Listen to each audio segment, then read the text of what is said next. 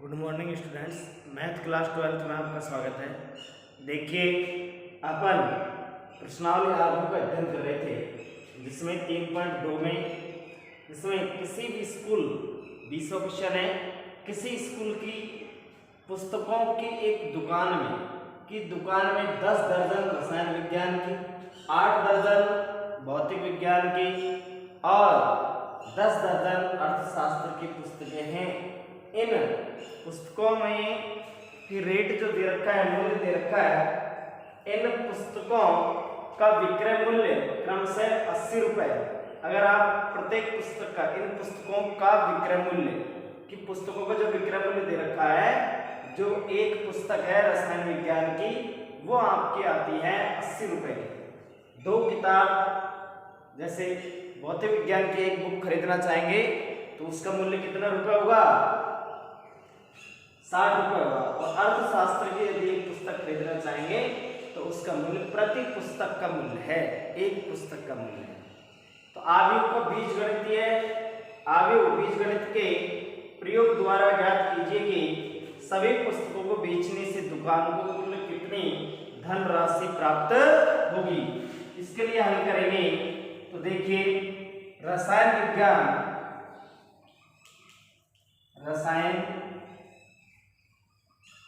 विज्ञान की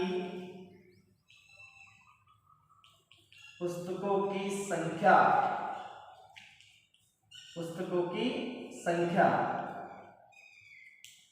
बराबर, तो पुस्तकों की संख्या कितनी लेंगे?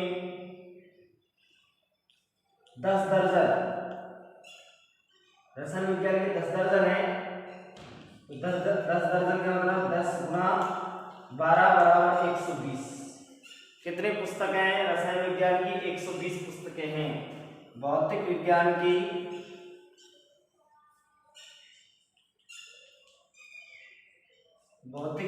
की पुस्तकों की संख्या,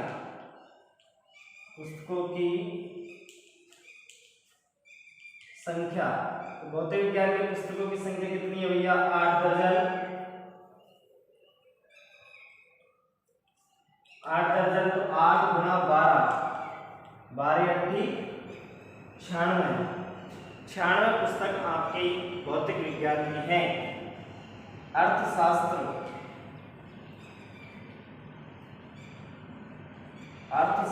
की पुस्तकों की संख्या, अर्थशास्त्र की पुस्तकों की संख्या कितनी आ जाएगी? 10 दर्जन है, तो 10 दर्जन का मतलब क्या होता है कि एक दर्जन में 12 होती हैं, तो 10 दर्जन में 10 गुना 12 120 पुस्तकें। ये पुस्तकों की संख्या, आपको पता है कि 120 पुस्तक हैं और एक पुस्तक कितने रुपए की आती है? 80 रुपए की। तो ये गुणा होंगे, पर यहाँ पर अपन को साधारण गुणा करके, नहीं ज्ञात करके क्या करना पड़ेगा? आव्यूह का प्रयोग करना पड़ेगा। तो लिखेंगे पुस्तकों की संख्या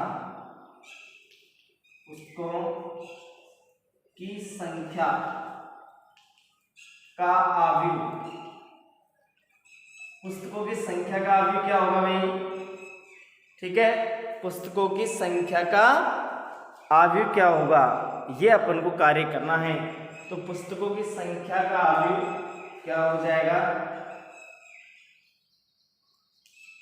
संख्या का आव्यूह, इसका आव्यूह जो होगा, आव्यूह ए से व्यक्त कर दो, चाहे ए बराबर, तो इसको चाहे इस तरीके से बना लीजिए, चाहे पंक्ति रूप में बना लो, 120 96 120। ये पुस्तकों का आव्यूह है। अब रेट, इनकी जो क्रम से पुस्तकों की रेट है, पुस्तकों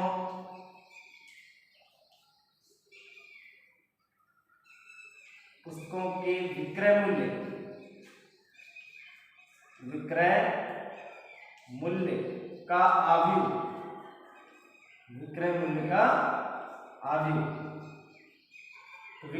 आव्यूह क्या होगा? R बराबर, यहाँ पर इस आव्यूह की बात करी जाए तो R बराबर कितना हो जाएगा? रेट इसकी जो होगी वो 80, 60 और 40। ये आ जाएगा रेट का अवयव है ये। भाई अपने रसायन विज्ञान की एक बुक्स आती है कितने रुपए की, 80 रुपए की। तो यहाँ पर अब इसको गुणा करेंगे, इसको ऐसे बनाया, इसको ऐसे क्यों बनाया, क्योंकि इसकी जो बात है 1 गुणा 3, तो यहाँ पर 3 गुणा 1, तभी ये गुणा होते हैं जब समान क्रम के होते हैं। तो एक आपने यहाँ पर इस तरीके से स्तंभाकार बना लिया, एक पंक्ति आकार में बनाएंगे तब ये मल्टीप्लाई होंगे। और आवेश सिद्धांत का अपन को क्या करना है, उपयोग करके हल करना है। तो देखिए यहाँ पर एक देखिए, पुस्तकों से प्राप्त कुल राशि क्या होगी, कुल राशि बराबर ए को आर से मल्टीप्लाई करना है। ए आर भी जो दे रखा है वो है आपका 120, 96, 120। यहाँ पर 80, 60, 40, इसको मल्टीप्लाई करें आपस में तो क्या आएगा, आदमी का गुणनफल अपने पढ़े रखा है, पहली पंक्ति पहले स्तंभ से गुणा हो जाएगी। तो क्या आएगा यहाँ पर 120 गुणा 80 प्लस 96 गुणा 60 प्लस 120 गुणा 40। इसको हल करेंगे, 0 8 2 बार 0 8 दूनी 16, 6 आंसर की 1, 8 गुणा 8 1 9, 96 रुपए इसके प्राप्त हो जाएंगे 9600। इसको गुणा करेंगे 0 6 6 36 का 6 आंसर की 3 और 6 9 54 54 3 57 प्लस 0 0, यहाँ पर गुणा करेंगे 4 दूनी 8 और 4 1 4, इनको जोड़ लीजिए कितने रुपए आ जाएगा, 0 6, यहाँ पर ये आ जाएगा, तीसरे स्तंभ को जोड़ेंगे तो 6 और 7 13 13 और 8 21 का 1 आंसर की 2 2 और 9 11 11 और 5 16 16 और 4 20, तो आपका आ जाएगा 20,160 रुपए प्राप्त होंगे। ठीक है, अब यहाँ पर आपके प्रश्न समझ में खाया होगा कि बुक्स हैं, बुक्सों की रेट दे रखी है। प्रश्न आपका छोटी क्लास का जैसा है, लेकिन आपको प्रश्न जो हल करेंगे वो तरीके से हल करना पड़ेगा। तो ये चीज आपको दे रखी, दर्जन में दे रखी पुस्तकों की संख्या, जबकि रेट किसकी दे रखी, प्रति पुस्तक। रेट किसकी है, प्रति पुस्तक, एक एक पुस्तक की रेट दे रखी है। तो यहाँ पर आपको 10 गुणा 12 करेंगे 120, 8 गुणा 12 करेंगे 96 पुस्तक हो गई, और अर्थशास्त्र की 10 गुणा 12 करेंगे 120 पुस्तकें अर्थशास्त्र की हो गई। ठीक है, अब इनका मूल्य निकालना है तो एक पुस्तक का, पुस्तकों का विक्रम क्रम से दे रखा है आर बराबर, आर अभी गुणा लिया 80 60 40, 80 60 40 होगा। अब आपको पुस्तकों से प्राप्त कुल राशि निकालनी है, बेची गई पुस्तकों की कुल राशि कितनी होगी, धनराशि कितनी होगी, ये की बात है। तो एक और आपको क्या करना पड़ेगा, गुणा। ये इस तरीके से बना लिया तो इसको इस तरीके से बनाना पड़ेगा, तभी आगे गुणा होते हैं। आगे के गुणन की शर्त है कि जो पहले जो आगे आता है उसके तो स्तंभों की संख्या, और पीछे से जो गुणा होता है आगे उसकी पंक्तियों की संख्या क्या होनी चाहिए, समान होनी चाहिए। इसलिए इस तरीके का बनाएंगे। ठीक है, अब दोनों को मल्टीप्लाई कर दिया। मल्टीप्लाई जानते हैं, पहली पंक्ति पहला स्तंभ, तो पहली पंक्ति को पहले स्तंभ से गुणा करेंगे तो यहाँ पर आपके आ जाएगा 120 80 से गुणा होगा प्लस 96 60 से गुणा होगा प्लस 120 को 40 से गुणा करके और जोड़ लेंगे, तो यहाँ पर आ गया 20,160 रुपए आपके मूल्य प्राप्त होगा। अब देखिए नेक्स्ट क्वेश्चन अपन करेंगे इसका।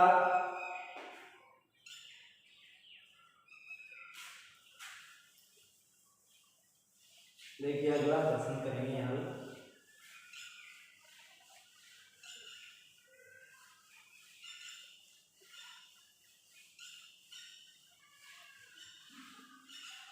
एमएसएलए क्वेश्चन है। इसमें कुछ आयु दे रखे हैं, शर्त दे रखी हैं, आयु का कोटियां आपको दर्शा रखी हैं, और उनको हल करके उसके जो ऊपर जो संख्या दे रखी है उसका प्रयोग करके फिर आपको प्रश्न हल करने हैं। तो क्या दे रखे हैं, मान लीजिए कि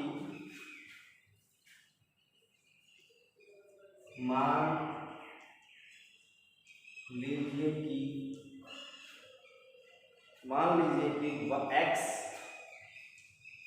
y, z, x, y, z, w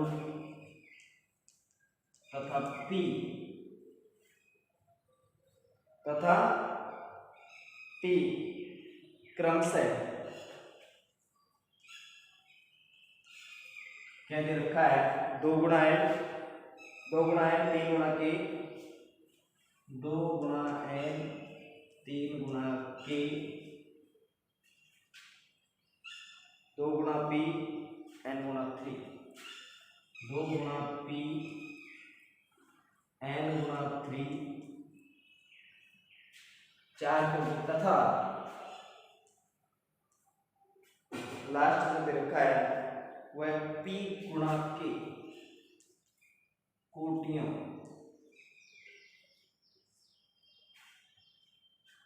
कोटियों के आव्यूह हैं, कोटियों के आव्यूह हैं। तो नीचे दिए गए प्रश्न 21 और 22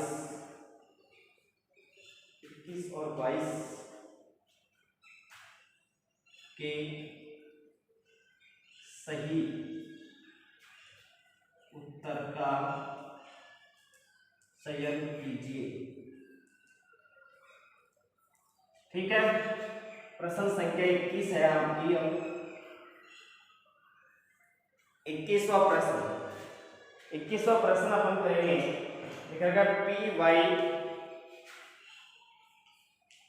प्लस डब्ल्यू वाई के परिभाषित होने के लिए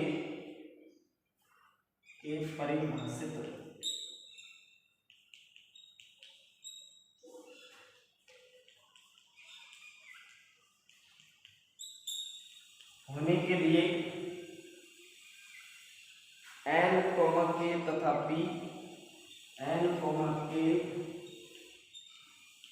तथा p पर क्या प्रतिबंध होगा? और क्या प्रतिबंध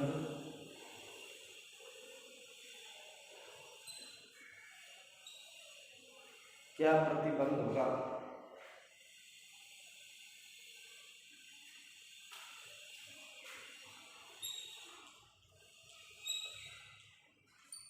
आधा नहीं होगा, प्रतिबंध होगा। इसमें ए दे रखा है, ऑप्शन में क्वेश्चन है, ए दे रखा है k बराबर 3, बी दे रखा है n p बराबर n, सी दे रखा है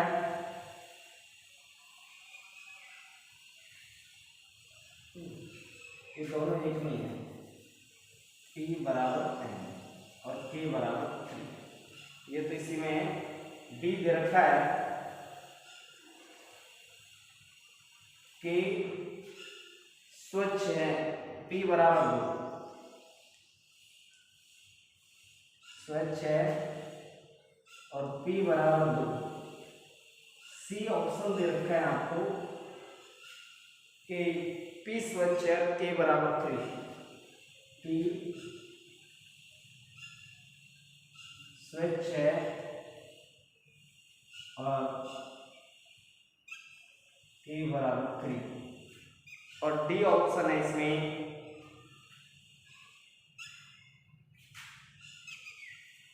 डी जो दे रखा है वो है आपका k बराबर 2, p बराबर 3। अब देखिए यहाँ पर जो अपन ने गुणधर्म पढ़े थे, अवयवों का योग, अवयवों का गुणा, उनका प्रयोग करके इन प्रश्नों का जवाब देना है। उनकी शर्तें काम में आएंगे, उनके नियम काम में आएंगे, उनके नियमों को देख करके और अपन को इनका जवाब देना है, जवाब प्रस्तुत करना है। देखिए तो यहाँ पर अपन देखें पी वाई, तो देखो सीधी भाषा में समझे तो P तथा Y, तो P तो किस कोटि का है, P यहाँ पर है आव्यूह P की कोटि है P गुणा K, और Y की जो कोटि है, Y की कोटि है 3 गुणा K, ठीक है, प्लस W की कोटि की बात की जाए तो W की कोटि सवाल में अपने को दे रखी है, क्या कोटि दे रखी है W की 2 गुणा P n गुणा 3 कोटि W की है, और Y की जो कोटि है वो है 3 गुणा K। अब आप यहाँ पर जानते हो जब गुणा होते हैं आव्यूह क्या होते हैं, आव्यूह गुणा होते हैं। जब आव्यूह का जब गुणा करते हैं तो बताया था जो आगे जो रहता है आपका आव्यूह उसमें तो स्तंभों की संख्या और पीछे से जो आव्यूह बना होता है उसकी पंक्तियों की संख्या क्या होनी चाहिए, बराबर होनी चाहिए। तो परिभाषित तो है, परिभाषित कब होगा, तब के बराबर तो कितना होना चाहिए 3। यहाँ से तो ये जवाब निकला, यहाँ से जवाब की बात करें तो 3 के बराबर, कोई दिक्कत नहीं है। तो n किसके बराबर आएगा, k के बराबर अपने आप हो जाएगा। तो ये जो आएगा आव्यूह, चलो ये तो आपका आ गया n k बराबर 3 हो गया, ठीक है। और इसमें जो आव्यूह जो बनेगा इसका जो किस क्रम का बनेगा, दोनों गुणा करेंगे तो पी वाई, जो पूरा का पूरा आव्यूह आपको जो पी वाई को गुणा करने पर जो आएगा उसका क्रम होगा p गुणा k। अब ऐसे ही यहाँ पर इसकी बात करी जाए तो W को y से गुणा करेंगे तो आव्यूह आपका आएगा, मैं समझाने की दृष्टि से लिख रहा हूँ, ठीक है। तो जब इनको गुणा करेंगे तो W वही आएगा, तो ये 3 से 3 कट गया, तो यहाँ बना n गुणा k। अब आपको पता है कि कोई भी दो आव्यूह तभी जुड़ते हैं जब वो समान क्रम के होते हैं। तो आव्यूह का योग तो ये तो समान है, कोई दिक्कत, और तो फिर p किसके बराबर होगा, n की। तो आपका k का मान कितना हो गया 3, और p किसके बराबर होना चाहिए n की, तब तो ये परिभाषित होगा। तो कौन सा ऑप्शन हो गया, ए ऑप्शन आपका हो जाएगा। आई बात समझ में कि सबसे पहला काम है कि ये सवाल आपको दे रखा है, आपने p की कोटियां लिख लेनी, y की कोटियां लिख ली, दोनों गुणा होंगे तो गुणन की शर्त क्या होती है कि जो इधर से जो आव्यूह आएगा आपका वो, और इसमें तो स्तंभों की संख्या इसकी पंक्तियों की संख्या दोनों बराबर होनी चाहिए, तो k बराबर 3 होना चाहिए। इधर देखिए यहाँ पर तो यहाँ 3 के बराबर है, पर गुणा करने पर जो आव्यूह जो बनेगा वो किस क्रम का बनेगा, n गुणा k क्रम का बनेगा। और यहाँ पर भी गुणा करने पर जो आव्यूह बनेगा वो p गुणा k क्रम का बनेगा, और दोनों आव्यूह का योग करना है, आगे योग करना है। तो योग कब होता है आव्यूह का, जब दोनों आव्यूह समान क्रम के होने चाहिए। अगर दोनों आव्यूह समान क्रम के हैं तो उनको जोड़ा जा सकता है। तो ये समान क्रम का होना चाहिए, तो समान क्रम है इनका, तो k स्तंभों की संख्या k स्तंभों की संख्या बराबर है, यहाँ पर n यहाँ पर p, इसके पंक्तियों की संख्या इसकी पंक्तियों की संख्या के बराबर होना चाहिए, तो p किसके बराबर होना चाहिए, n के। तो कौन सा नियम हो गया यहाँ पर, ऑप्शन आपका हो गया ए ऑप्शन से आप इसको टिक करेंगे, ठीक है। समझ में आ गया होगा, इस तरीके से आपको ऑप्शन देखना है, क्वेश्चन सॉल्व करना है। अगला जो प्रश्न है वो है आपका 22वां क्वेश्चन।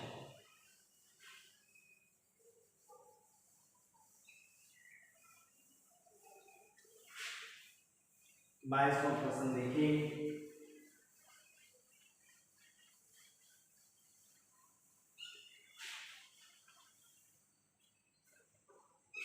क्वेश्चन संख्या 22वें प्रश्न को अपन देखें तो देखिए यहाँ पर 22वां जो प्रश्न संख्या है आपका वो है कि यदि n बराबर p, यदि n तो p के बराबर हो, पहले फिक्स करते हैं उसमें n बराबर p हो तो आव्यूह क्या बन रहा है, 7x - 5z, 7x - 5z, n तो p के बराबर दे दिया उसने पहले कि कोटि है, कि कोटि है। तो ये आपको देखना है, तो इसका ऑप्शन दे रखा है ए जो आगे दे रखा है, ए ऑप्शन में दे रखा है p गुणा 2, बी ऑप्शन दे रखा है इसमें 2 गुणा m, सी ऑप्शन दे रखा है इसमें n गुणा 3, और डी ऑप्शन दे रखा है इसमें p गुणा n। अब इसमें आपको बताना है, तो सीधी सी बात यह है कि n तो p के बराबर है 7x माइनस 5z, इस आव्यूह की बात करनी है। तो आपको पता है कि दो आव्यूह परस्पर चाहे जोड़े चाहे घटाएं समान क्रम के होते हैं, तभी जुड़ते हैं तभी घटते हैं। तो यह बात आ रही है x की, x का जो क्रम है वो है 2 गुना है, ठीक है, माइनस, अब यहाँ पर 5 से कोई फर्क नहीं है, 7 से कोई फर्क नहीं पड़ेगा, जहां पर 5z का जो क्रमांक है वो है आपका 2 गुना p। तो आपको फिक्स पता है ये तो है ही समान है, और n किसके बराबर है p के, तो n p के बराबर दे रखा है सवाल में। तो ऐसी स्थिति में किस कोटि का होगा, तो इसमें आपको देखिए 2 गुना n और या फिर होगा 2 गुना p का। तो यहां पर देखो 2 गुना n वो p गुना 2 ये मिल रहा है, n गुना 2 p गुना 2, फिर ये तो p गुना 2 है, तो p गुना 2 इसमें है नहीं, क्योंकि यहाँ क्रम का कोटि का बहुत महत्व है कि यहाँ पर ये ऐसा नहीं है कि साहब आप लिख दें कि साहब 2 गुना 3 लिखो चाहे 3 गुना 2 लिखो, ऐसा इसमें सिस्टम नहीं होता है। कोटि में क्रम आव्यूह का नियम का पालन नहीं होता है। कोटि लिख रहे हैं यहाँ पर, तो 2 गुना p है, 2 गुना n है, तो यहाँ 2 p गुना 2, तो ये तो गलत हो गया आपका, ये नहीं हो सकता। 2 गुना n, तो 2 गुना n आ रहा है, तो ये आपका आंसर हो जाएगा। 3 गुना n, तो इस n गुना 3 आएगी, p गुना n ये है, क्योंकि यहाँ पर घटा रहे हैं, क्या कर रहे हैं, घटा रहे हैं। तो घटा दे तभी है जब दोनों समान कोटि के होने चाहिए, तो ये और ये समान होना चाहिए, ये समान है, पर आपको ये तो ऑप्शन में मिल नहीं रहा, ये मिल रहा है, तो आपका ये सही हो जाएगा। तो इस तरीके से आपको प्रश्न हल करने हैं। इसके बाद में अपन 3.3 का अध्ययन करेंगे, जिसमें है परिवर्त आव्यूह। क्या है, परिवर्त आव्यूह।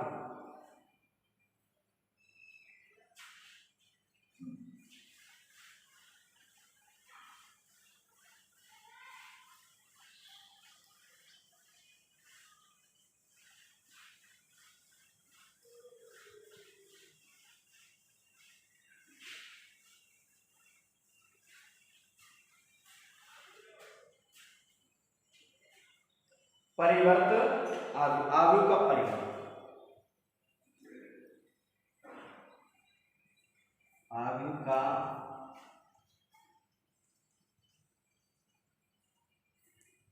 परिवर्त, तो यह है 3.3 स्वामी का अध्ययन करेंगे आव्यूह का परिवर्त।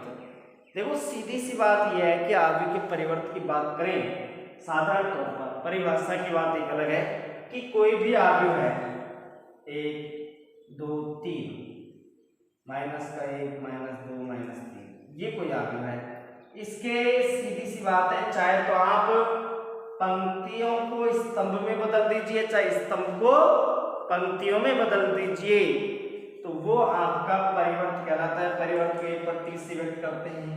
ये जैसे पहली पंक्ति है, इसको किसमें बदलो, स्तंभ में 1 माइनस 1, दूसरी पंक्ति है 2 माइनस 2, पंक्ति है उसको किसमें बदल दिया, स्तंभ में, इस पंक्ति को किसमें बदल देंगे, स्तंभ में 3 माइनस। तो ये पंक्ति बन गई, ये भी पंक्ति बन गई, ये क्या थे, स्तंभ, इसमें बदल दिया पंक्तियों में। तो पंक्तियों को स्तंभ में अथवा स्तंभ को पंक्तियों में अगर आप चेंज करते हैं किसी आव्यूह की, तो वह आव्यूह उसका क्या कहलाता है? परिवर्त आव्यूह कहलाता है। परिभाषा लिखिए,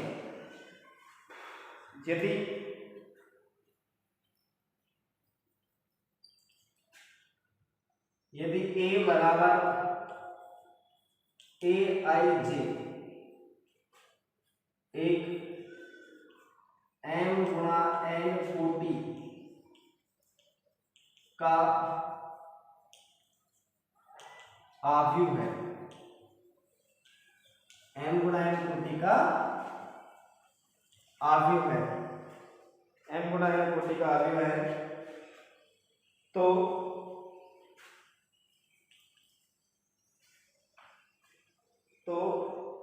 एक ही पंक्तियों तथा स्तंभों का परस्पर विनिमय, तो एक की पंक्तियों तथा स्तंभों का परस्पर विनिमय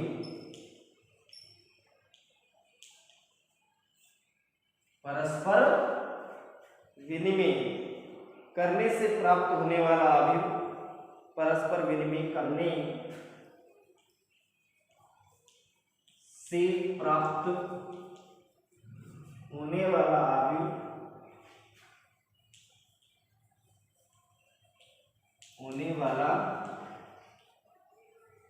आव्यूह विनिमय करने से प्राप्त होने वाला आव्यूह A का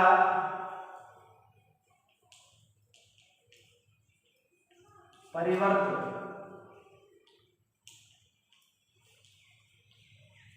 कहलाता है। A का परिवर्त कहलाता है। इसे A पे डैश या A पे T से व्यक्त करते हैं,